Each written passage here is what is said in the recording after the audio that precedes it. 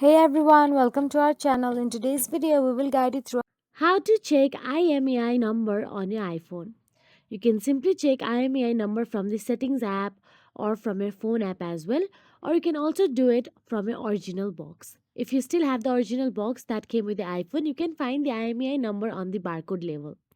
Now, inside the settings app, open the settings app on your iPhone, then tap general option available there. Now, once inside the general, tap about. Inside About, all you have to do is scroll down to find the IMEI number listed. This will show the IMEI International Mobile Equipment Identity of your device.